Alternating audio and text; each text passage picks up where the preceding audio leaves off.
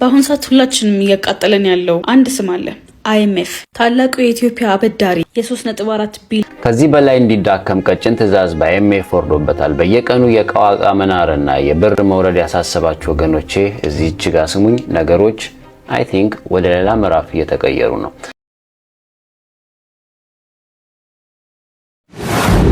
ዛሬ እንግዲህ በዲያስፖራ ክፍል ላይ ያለውን ሐሳቦች ነው ዛሬ ጠንከር አድርገን ይዘን የመጣ ነው። በተለይ በአውሮፓ ያላችሁ፣ በሀገር አሜሪካ ያላችሁ፣ በአጠቃላይ ከሀገር ውጭ የምትገኙ ወንድሞቻችን እናንተን የተመለከተ መረጃዎችን ይዘን ነው የመጣ ነው ማለት ነው። ስለዚህ ላይክ በማድረግ ቤተሰብ መሆናችሁ እንዳይዘነጋን። ስለ IMF የምንነግራችሁ መረጃ አለ። የኢትዮጵያ ብር ለምን ወደቀ የሚለውን ሐሳብ እናነሳለን። ሃይሌስ በዚህ ደረጃ እስከ ማማረር የደረሰበት ጉዳይ ምንድነው?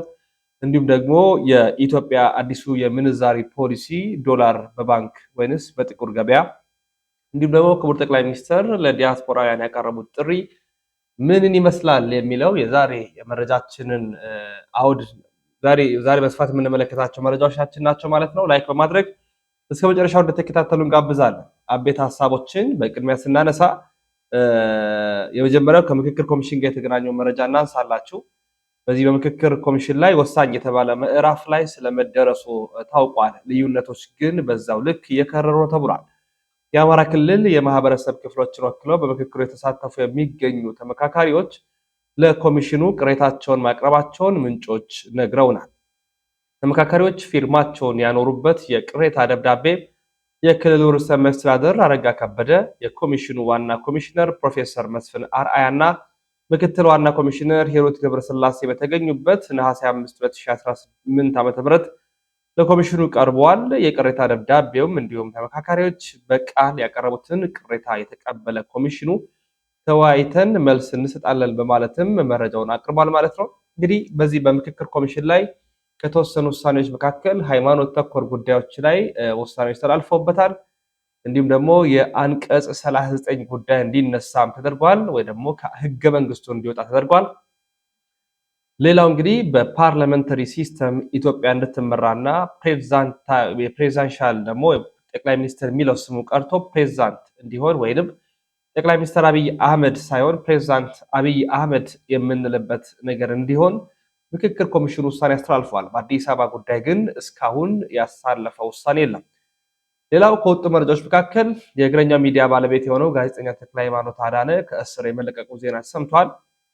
እንግዲህ በደረሰን መረጃ መሰረት የእግረኛ ሚዲያ መስራችና ባለቤት የሆነው ጋዜጠኛ ተክለሃይማኖት አዳነ ከሜክሲኮ ከፌዴራል ፖሊስ ምሽት 11 ሰዓት ከ50 አካባቢ ከእስር የመለቀቁ ዜና ተሰምቷል ማለት ነው።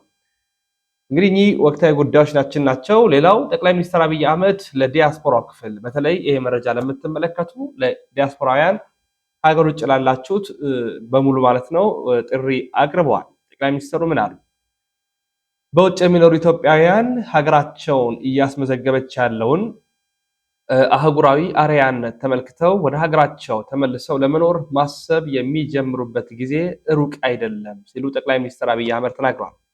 ይታያችሁ ሀገራችን ኢትዮጵያ እያስመዘገበች ያለው አህጉራዊ አርአያነት እንደ አፍሪካ ነው የተናገሩት። እንግዲህ እኛ ኢትዮጵያውያን ከሰባቱ አህጉራት በአፍሪካ ስር ነው ያለነው። ከአፍሪካ ደግሞ ከ56ቱ የአፍሪካ ሀገራት መካከል በአፍሪካ ሀገር ውስጥ ካሉ 56 ሀገራት መካከል አንዷ ኢትዮጵያ ናት። እንደ አህጉር ወይም ከ56ቱ በላይ ብትችል በላይ ካልሆነ እኩል በዛ ደረጃ ያስመዘገበች ያለችው ሀገራዊ ለውጥ የምታሳየው ነገር በውጭ የሚገኙ ዲያስፖራውያን እንዲመጡ የሚጋብዝ እድል የሚፈጥር ነው ብለው ጠቅላይ ሚኒስትሩ ተናግረዋል። እንግዲህ ይሄን የተናገሩት በፋና ብሮድካስቲንግ ኮርፖሬሽን በቀረቡ ጊዜ ነው።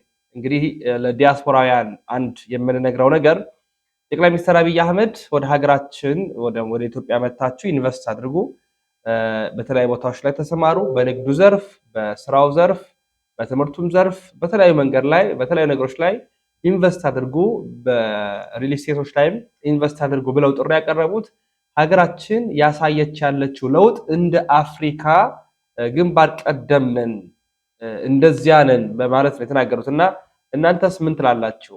በንጽጽር አንድ ሁለት ሐሳቦችን እናቀርብላችኋለን። ለምሳሌ ሀገራችን ኢትዮጵያ በዚህ ሰዓት በእውነት ጠቅላይ ሚኒስትር ዶክተር አብይ አህመድ እንደተናገሩት ለውጥ እያስመዘገበች ነው ወይስ አይደለም? ይህንን የምናነሳላችሁ ከዚህ ከጠቅላይ ሚኒስትር አብይ አህመድ ንግግር ጋር በተገናኘ ብቻ ሳይሆን በውስጥ ያሉ ኢንቨስተሮች፣ ከፍተኛ ኢንቨስተሮች እና ኃይሌን ጨምሮ ምንድን ነው ያሉ ያሉት፣ እንዴት ነው ኢትዮጵያ ላይ የኖሩ ያሉት፣ ምንድነው ያስጨነቃቸው የሚለውን ጉዳይ ማንሳት፣ መሬት ላይ ያለውን እውነት ማቅረብ ለእናንተም በደንብ ግልጽ ስለሚያደርግ ማለት ነው። ክቡር ጠቅላይ ሚኒስትሩ ይሄን ብለዋል። መሬት ያለው የኢንቨስተሮች ባለሀብቶች ከውጭ ያለው ወደ ውስጥ ከመግባቱ ይልቅ ውስጥ ያለውስ ምልከታው ሐሳቡ ምንድን ነው የሚለውን እስኪ መለስ ብዬ የአትሌት ኃይሌ ገብረስላሴ ሐሳቡን ምን አለ የሚለውን ብችል እኔም ወጣለሁ የሚል ሐሳብ አቅርበዋል። እስኪ እሱን ቪዲዮ እንከታተልና በቀጣይ ደግሞ ከጥቁር ገበያ ደግሞ ከዚህ ከባንክ ጋር እንዲሁም ነው ከአይኤምኤፍ ጋር ያለው መረጃ ደግሞ አቀርብላችኋል። ኃይሌ ምን አለ? እኔ ብር አላጣው፣ ፍትህ ነው ያጣሁት። ፍትህ እንዲሰፍን ነው የምፈልገው። ምክንያቱም እኔ በዝቶብኛል። ፕሮፐርቲ ታክስ ከፍል የነበረው 20 ምናምን ሺህ 30 ምናምን ሺህ አሁን በሚሊዮን ደረጃ ስትጠየቅ በ2 በ3 ሚሊዮን ስትጠየቅ ወደ ምንት እኔ ልሽጥም ብል ህንፃውን የሚገዛኝ የለም። ያም እንደኔው ችግር ውስጥ ሊገባ ነው። ልሽጥ ደግሞ ስትል ምንድነው ስም ማዛወሪያም ሌላ ሆኗል አሉ ታሪኩ። 20 ዓመት ብለህ ትመጣና የሆነ ዓመት ላይ የሆነ ሳምባዲ መጥቶ ፖሊሲ እንዲቀርጫለሁ ብሎ ሲል ሁሉ ነገር ይጠፋል። ያማ ምን መሄጃ አለ? እኛ ነዋሪዎች ነን፣ እዚህ ኢትዮጵያ ውስጥ ነዋሪዎች ነን። ግን ከውጭ የሚመጣ አይደለም፣ ከውጭ ሊመጣ እዚህ ያለው አሁን በርበሩን ያህል። እንግዲህ አትሌት ኃይሌ ገብረስላሴ ኢትዮጵያ ሀገራችን ላይ አሉ ከምንላቸው ባለጠጎች በቁጥር ቢደረደሩ ቢያንስ ከ10 ውስጥ የሚሆን እንግዲህ ኃይሌ ሪዞርት በተለያዩ ቦታዎች ላይ አለ። ከ10 በላይ ሪዞርቶች እንዲሁም ደግሞ በተለያዩ የኢንቨስትመንት ስራዎች ላይ አስገብቶ የሚሰራ የሀገራችን ጉምቱ ባለሀብት ነው ኃይሌ። ነገር ግን ፍትህን የምፈልገው ብችል እኔም ቢመቻችልኝ እወጣለሁ፣ እኛ ስንኖር ነው መንግስት የሚኖረው የሚሉ እንትኖችን ከሰሞኑ ያቀረበ ነበር። ምክንያቱም የግብሩ ጉዳይ በጣም አስጨናቂ ነው። ኃይሌን የሚያክል ባለሀብት፣ ኃይሌን የሚያክል እውቅ ሰው ብችል እኔም እወጣለሁ፣ የሚረከበኝ ካለ አስረክባለሁ እስከማለት ደረጃ ደርሷል። ዲያስፖራውያን በዚህ ጉዳይስ ምን ትላላችሁ? እውነት ክቡር ጠቅላይ ሚኒስትር እንደተናገሩት መታችሁ ኢንቨስት የማድረግ ሐሳቡ አላችሁ? ይሄን ይዤ ብዙ ጊዜ ከዚህ ከዲያስፖራ ክፍል ጋር የሚገናኘው የኢትዮጵያ አዲሱ የምንዛሪ ፖሊሲ አለ። በተለይ ዶላሮችን በምን እናንቀሳቀስ፣ በአውሮፓ በአሜሪካ የምትገኙ የብዙዎቻችሁ ሐሳብ ነው ብዬ ስለማስብ ነው። በኮሜንት አስቀምጡልኝ። እንዴት ሐሳቦች ይቀጥሉ። በጣም እየሰማን ነው የምንገኘው እዚህ ነው ያላችሁ ኮሜንት አስሩልኝ። የኢትዮጵያ አዲሱ የምንዛሪ ፖሊሲ ዶላርን በባንክ ወይስ በጥቁር ገበያ በየትኛው ቢላክ ነው አዋጭ የሚሆነው የሚለውን ሐሳቦችን ጥቂት የሆኑ ትንታኔዎችን እስኪ እናቅርብላችሁ። እንግዲህ በቅርቡ በአገር ቤት በተደረጉ የኢኮኖሚ እንዲሁም የባንክ ፖሊሲ ማሻሻያዎች በባንክና በዚህ በጥቁር ገበያ መካከል ያለው ልዩነት ምን እንደሚመስል በስፋት እንመለከታለን። በተለይ ገንዘባችሁን በየትኛው መንገድ ብትልኩ ነው በተለይ በዋነኝነት የእናንተን ዶላር በባንክ በኩል ቢላክ ነው ወይስ በጥቁር ገበያ በኩል ቢላክ ነው አትራፊ የምትሆኑት? ሃይ ሪስክ ያለው የትኛው ነው የሚለውንም የተወሰዱ ያህል ንጽጽራዊ ነገሮችን እናቀርብላችሁ። እንግዲህ ለረጅም ጊዜያት በኢትዮጵያ እና በባንክ እንዲሁም በጥቁር ገበያ ብላክ ማርኬት መካከል ያለው የምንዛሬ ልዩነት በጣም ሰፊ ነበር። እንደምናውቀው ለብዙ ጊዜያት ይታወቃል። የአንድ ዶላር ከባንክ የነበረው ምንዛሬ እና በዚህ በጥቁር ገበያ ብላክ ማርኬት በምንለው ደግሞ የነበረው የምንዛሬ ዋጋ በጣም የሰማይና የምድር ያህል እጥፍ እስከ መድረስም የተራራቀ እንደነበር ከዚህ ቀደም የነበሩ ነገሮች ይታወቃል። ይህም ዲያስፖራው ህጋዊ ያልሆኑ መንገዶችን እንዲጠቀም ይገፋፋል። ምክንያቱም አንድ ዶላር ከባንክ ከሚያገኘው ምንዛሬ በላይ በብላክ ማርኬት በብዛት የሚያገኝ ከሆነ በጣም በብዙ ሺህ ዶላሮች ስለሆነ የሚያንቀሳቀሰው ህጋዊ መንገድ ከመከተል ይልቅ የትኛውን ይመርጣል ማለት ነው? ብላክ የሚለው የጥቁሩን ገበያ ይመርጣል ማለት ነው። ነገር ግን መንግስት ነፃ የምንዛሪ ፖሊሲ ወይም ፍሎቲንግ ኤክስቼንጅ ሬት እና የካፒታል ማርኬት አሰራሮችን መተግበር ከጀመረ ወዲህ ግን ሁኔታው በተወሰነ መንገድ የተቀየረ እንዲሁም ደግሞ እየተቀራረበ መጥቷል። በዚህም ባንኮች የሰጡት ነፃነት አለ። ባንኮች የዶላር ተመናቸውን በራሳቸው ገበያ ማለትም ተመስርተው እንዲወስኑ መደረጉ በባንክና በጥቁር ገበያ መካከል ያለው ክፍተት እንዲጠብ ሆኗል። በደንብ ስሙኝ። ባንኮች የዶላር ተመናቸውን በራሳቸው ገበያ ተመስርተው እንዲወስኑ ተደርጓል። አንድ ባንክ ለምሳሌ ኢትዮጵያ ብሔራዊ ባንክ ወይም የኢትዮጵያ ንግድ ባንክ ወይም ግል ባንኮች አንድን የዶላር ምንዛሬ ተመን ሲተምኑ ከራሳቸው አንጻር ወይም ከገበያው ተመስርተው ነው የሚወስኑት። ይሄ ማለት ከጥቁር ገበያ ጋር ያለው የብሩ መራራቅ የምንዛሬው ርቀት እንዲጠብ አድርጎታል ማለት ነው። በመሆኑም በጥቁር ገበያ መላክ ወይስ በባንክ መላክ የትኛው ነው በደንብ አትራፊ የሚሆነው? ይህንን መለስ ብዬ እተነትነዋለሁ ያቀርብላችኋለሁ።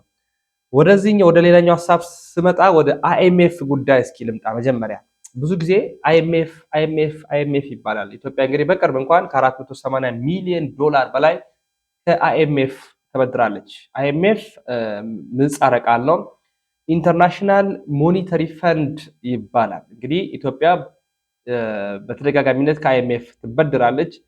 አይኤምኤፍ ለአንድ ሀገር ብድር ሲያበድር ወይም አበደረ ሲባል ምንድነው ያለው ጥቅም? ሀገር ውስጥ ምንድነው የምትጠቀመው? እንዲሁም ደግሞ ምንድነው የምትጎዳው?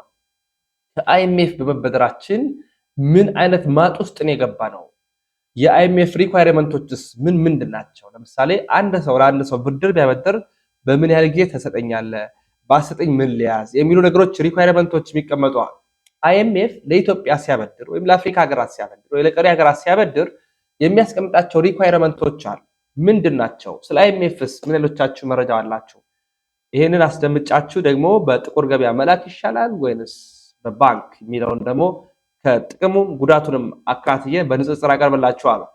የምትመለከቱ በሀገረ አሜሪካ፣ በአውሮፓ፣ በተለያዩ ክፍላት ዓለም የምትገኙ በሙሉ እየተከታተላችሁ እንደሆነ ለማወቅ ኮመንት ላይ ማስቀመጣችሁ እንዳይዘነጋ።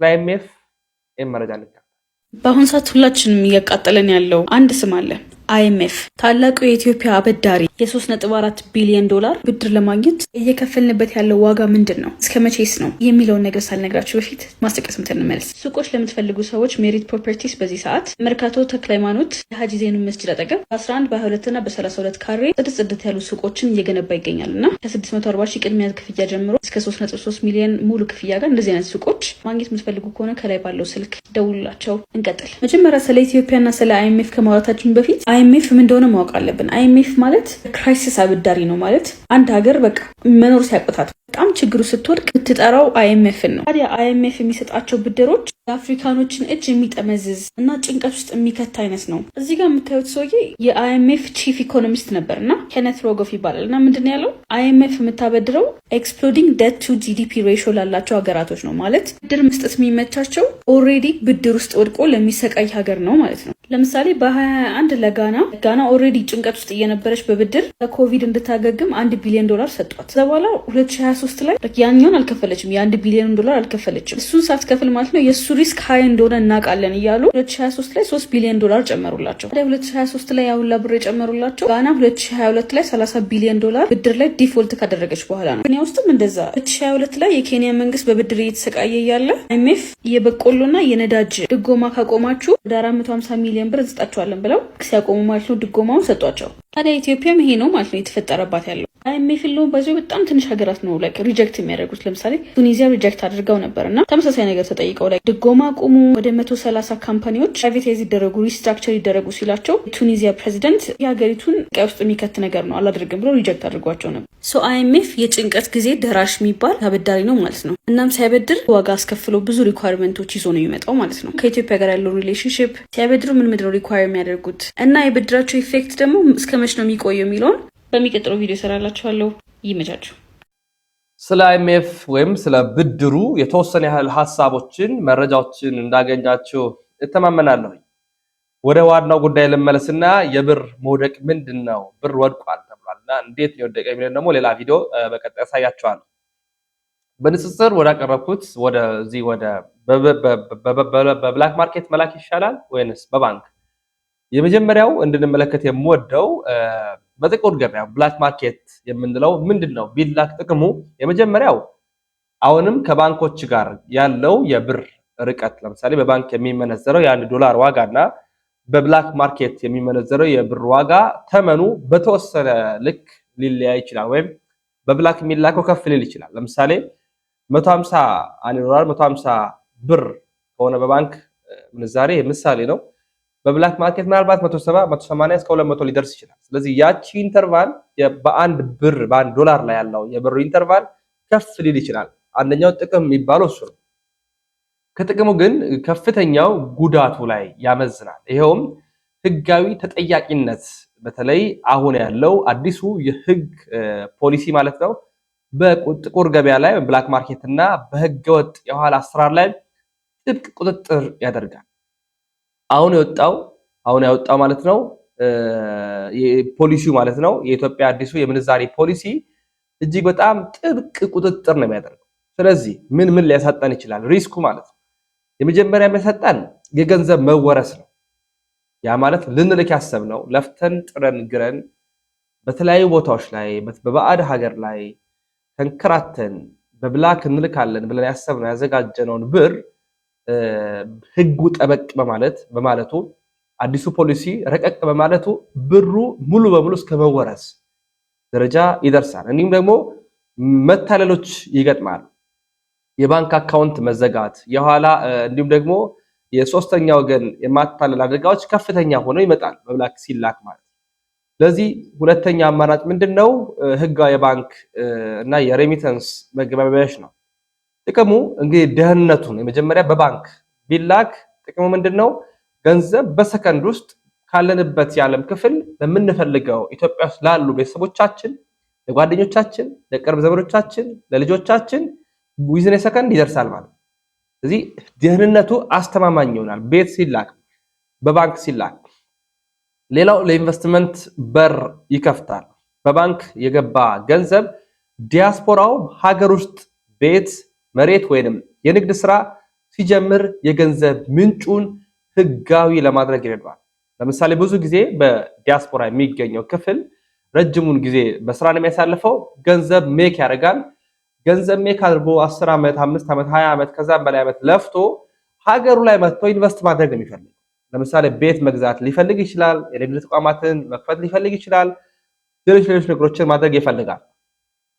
ገንዘቡን በባንክ በኩል ወይም ህጋዊ በሆነ መንገድ ቢያስቀምጥ ከመጣ በኋላ ደህንነቱ አንደኛ የተጠበቀ ነው። ሁለተኛ በፈለገ ጊዜ ማንቀሳቀስ ይችላል። ሌላው ባንክ ስቴትመንቶች ስለሚኖሩት ቅድሚያ ተሰጥቶት ብዙ ነገሮችን የማድረግ ስራው ወይም እድሉ ሰፊ ይሆናል ማለት ነው።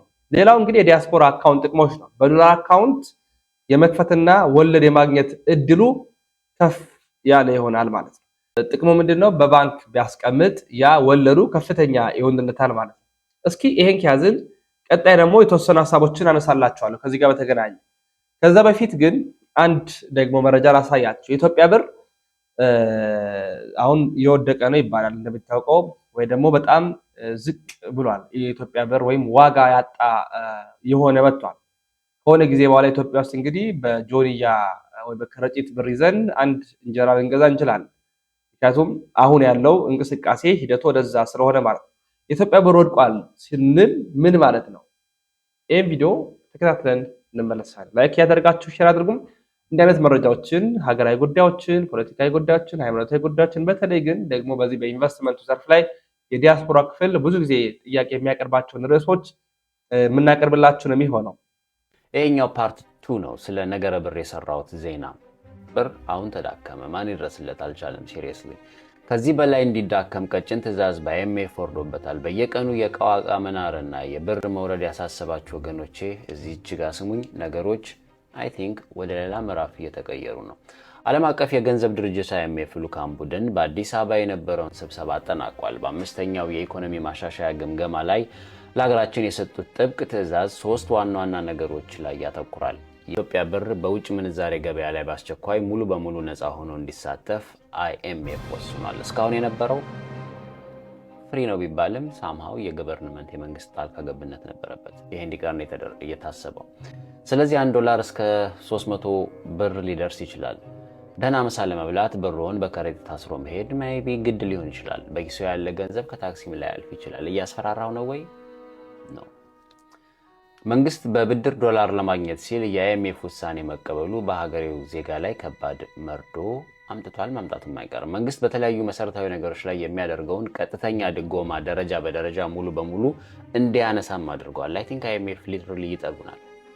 የነዳጅ ድጎማ፣ የአፈር ማዳበሪያ ድጎማ፣ የምግብ እህል ግዢ ድጎማ ይቅር ብሏል ዓለም አቀፉ የገንዘብ ተቋም አይኤምኤፍ። ይህም በጣም አስፈሪ የሚያደርገው ደግሞ መንግስት ብር ወደ ካዝና መሰብሰብ ይኖርበታል። ኢንፍሌሽኑን ለማስተካከል መንግስት ገንዘብ መሰብሰብ ይኖርበታል ወደ ካዝናው ብድሩን ለመመለስ። ሀገር ውስጥ ታክስና ቀረጥ አሰባሰብ በከፍተኛ ሁኔታ እንዲጨመርና መንግስት ገንዘብን እያደነ ወደ ካዝናው እንዲያስገባ ከስምምነትም ተደርሷል። የገቢ ማደኛ አደን በነጋዴዎች ላይ ተፈጻሚ ይሆናል። በተሽከርካሪዎች፣ በነዳጅ ረሃብ፣ በአርሶ አደሮች በአፈር ማዳበሪያ እጥረት ምክንያት ቁርስ በልቶ ምሳ መድገም መርዶ ነው የሚሆነው። ከዚህ በላይ ስለዚህ ነገር ማውራት እናንተ ምን ትላላችሁ? ይህ ውሳኔ በኑሯችን ላይ ምን አይነት ተጽዕኖ ያመጣል? ሀሳባችሁን በኮሜንት አካፍሉ። በአጠቃላይ ወደ ዋናው ጉዳያችን እንምጣና እንጨርሰው። በኢትዮጵያ እንግዲህ የኢትዮጵያ አስቀድመን በነገርናችሁ መሰረት የኢትዮጵያ አዲሱ የምንዛሪ ፖሊሲ ዶላርን በባንክ ወይስ በጥቁር ገበያ በየትኛው ቢላክ አዋጭ ነው የሚለው ነው ስናቀርብ የነበረው። የቀድሞ እንግዲህ ለብዙ ጊዜያት አስቀድመን ነገርናችሁ በብላክ ቢላክ የተሻለ ነበር። አሁን ባለው አዲሱ ፖሊሲ ወይም ህግ ጠበቅ በማለቱ እንዲሁም ባንኮች ደግሞ የራሳቸውን ተመን በማውጣታቸው ምክንያት የርቀቱ በጣም የጠበበ ስለሆነ በህጋዊ መንገድ ቢላክ የተሻለ ነው የሚል ምክር ሐሳብ ለማቅረብ እንወዳለን። በቀጣይ ደግሞ ሌሎች ሐሳቦችን ሌሎች መረጃዎችን አካተን የምንመጣ ነው የሚሆነው። እስከዚያው ድረስ ተሰነባበትን። ሰናይ ቆይታ ይሁንላችሁ።